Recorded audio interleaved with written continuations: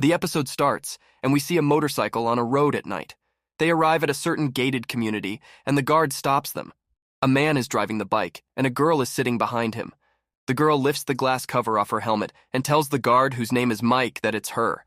It seems like she is a resident of that gated community. Mike lets them go, and they arrive in front of a house and get off the bike. They take their helmets off, and the boy talks about disclosing something to someone and saying that it will be a bad idea.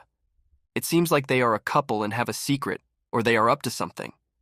The girl encourages her boyfriend to go inside, where they meet a man. The girl is named Sarah Hayward, and the man in the house is her father, Joshua Hayward. He is a single father, and we see that Sarah and her father are not on good terms. Sarah intends to marry her boyfriend, and she announces their wedding, which Joshua is not happy about. She then tells her boyfriend that her bags are packed, but Joshua cuts in, saying he unpacked them. She tells her boyfriend to wait a moment and goes to pack her bags. Joshua talks to Sarah's boyfriend, Nicky Reeves, and learns that his parents are dead. He comments that Sarah is all he's got in the world. Joshua, who is a single parent, makes the same comment. He talks to Nicky, emphasizing that he is tearing his family apart. Joshua makes Nicky realize that their decision can be detrimental to their future and convinces him to wait a little longer before deciding to marry his daughter. Nicky thinks about what Joshua has said and decides to head out, leaving without Sarah. Sarah comes down with her bags and sees Nicky speeding off on his bike. She even calls out to him, but he drives away. She storms back into the house angrily and goes to her room. After getting out of her house, Nicky calls Sarah from a telephone booth and tells her that he got scared. She stresses that he needs to come get her. As Sarah is speaking, the call suddenly disconnects, and she falls on the bed, defeated. Nicky notices an unusual light in the sky, as well as a large chunk of earth breaking free and rising from the ground towards the light.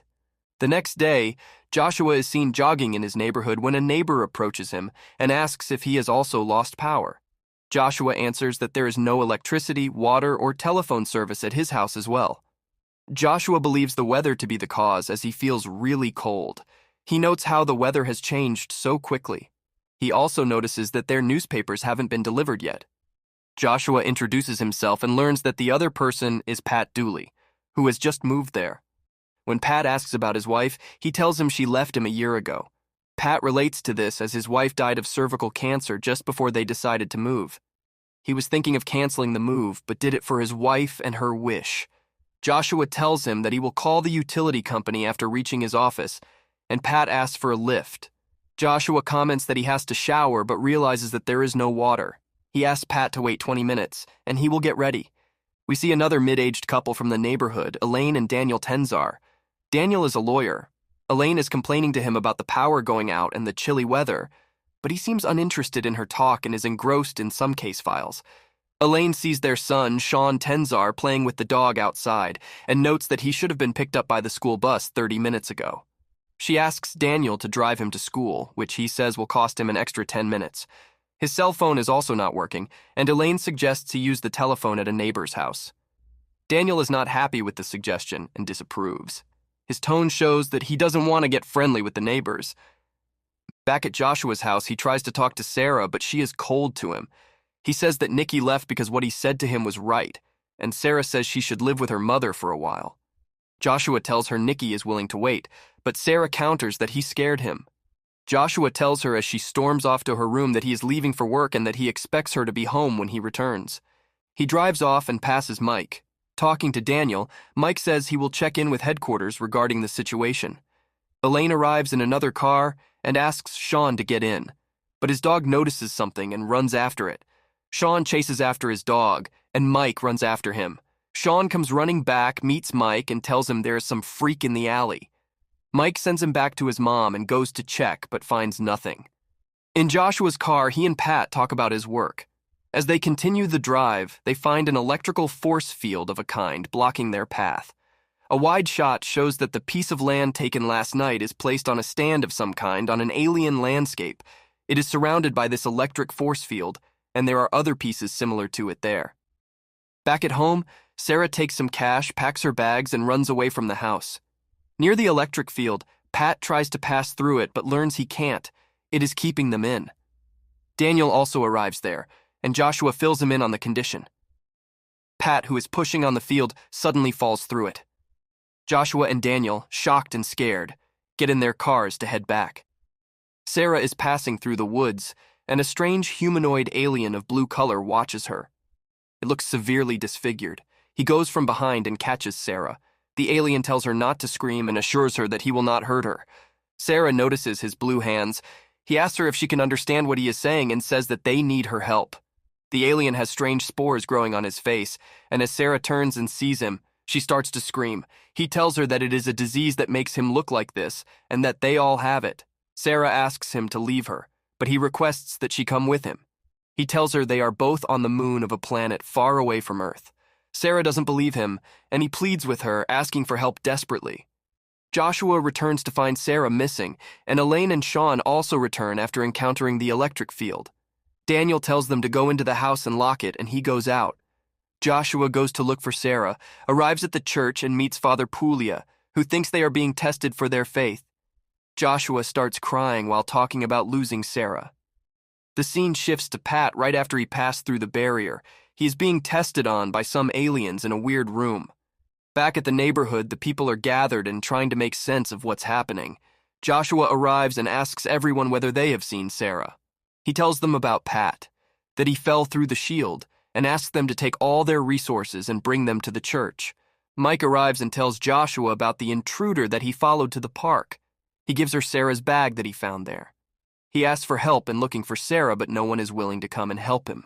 Mike volunteers to come with him. Sarah and the alien, who is named Adriello, arrive at the energy barrier. Adriello guides her through a breach in the energy barrier, explaining that this is the only way to exit the barrier. They arrive in Adriello's realm, captured like Sarah's, taken away from their home planet, and placed here like some kind of ornaments. She sees his people turned to stone because of the disease. He takes her to his parents, who are turned to stone. He tells her they were moving this morning. He himself is in the process of turning to stone too.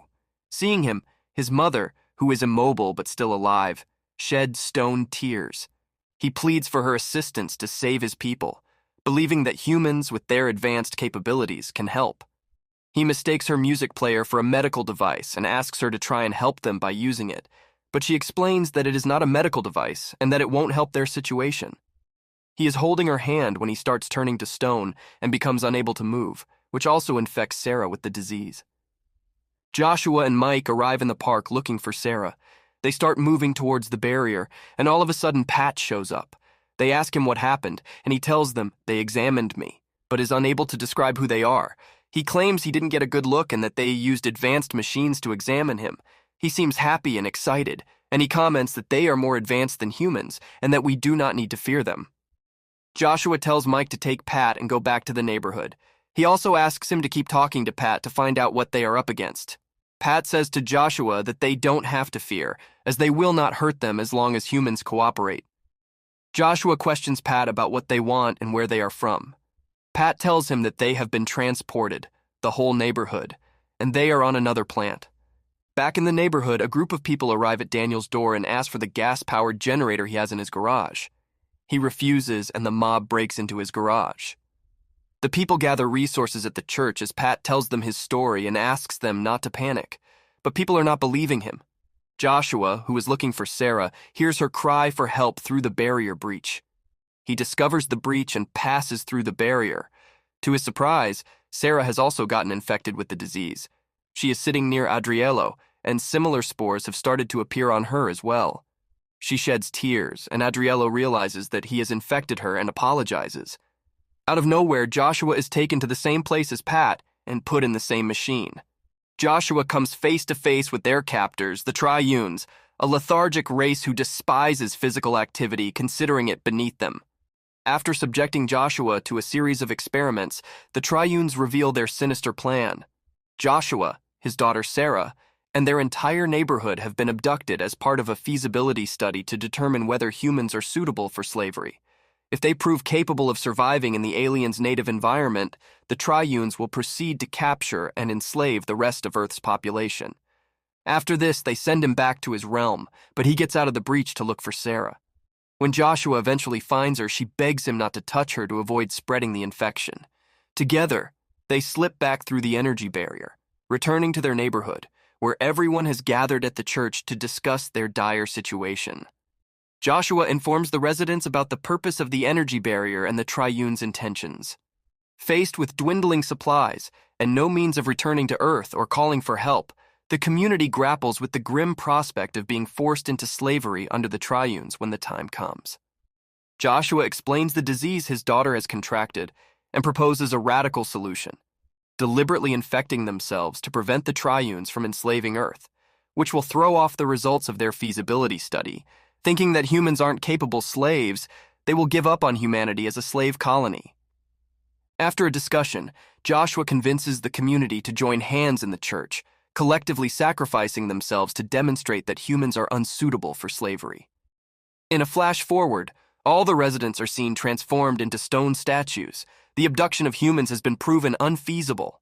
The scene then shifts to Earth, revealing a massive pit where their neighborhood once stood, a haunting testament to their sacrifice.